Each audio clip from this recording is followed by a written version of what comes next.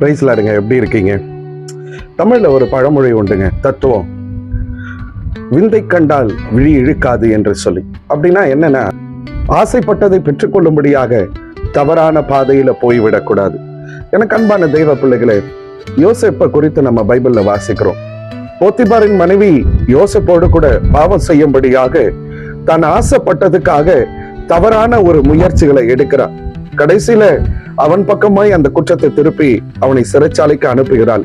ஆனால் கர்த்தர் யோசேப்பை உயர்த்தி வைக்கிறார்.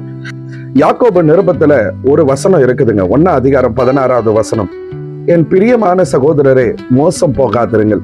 இந்த உலகத்துல நாம பார்க்கறதெல்லாம் ஆசைப்படுறோம்.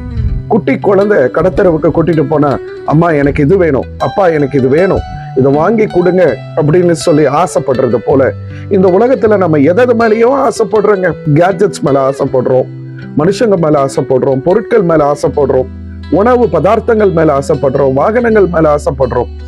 ஆசைப்படுறது ஒரு விதத்துல நமக்கு தவறான ஒரு விஷயம். ஆசைப்பட்டாலும் அதை அடைவதற்கு தவறான பாதைகளை நம்ம மேற்கொள்ளவே கூடாது.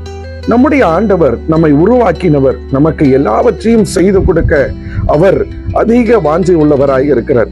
உண்டாக்கின கர்த்தருக்கு தெரியாதாங்க நமக்கு என்ன கொடுக்கணும், எப்படி கொடுக்கணும், எது நமக்கு ஆசீர்வாதமாய் இருக்கும், எது நமக்கு அது நித்திய காலமாய் ஆசீர்வாதமாய் இருக்கும் என்று சொல்லி அவர் அறிந்து வைத்திருக்கிறார்.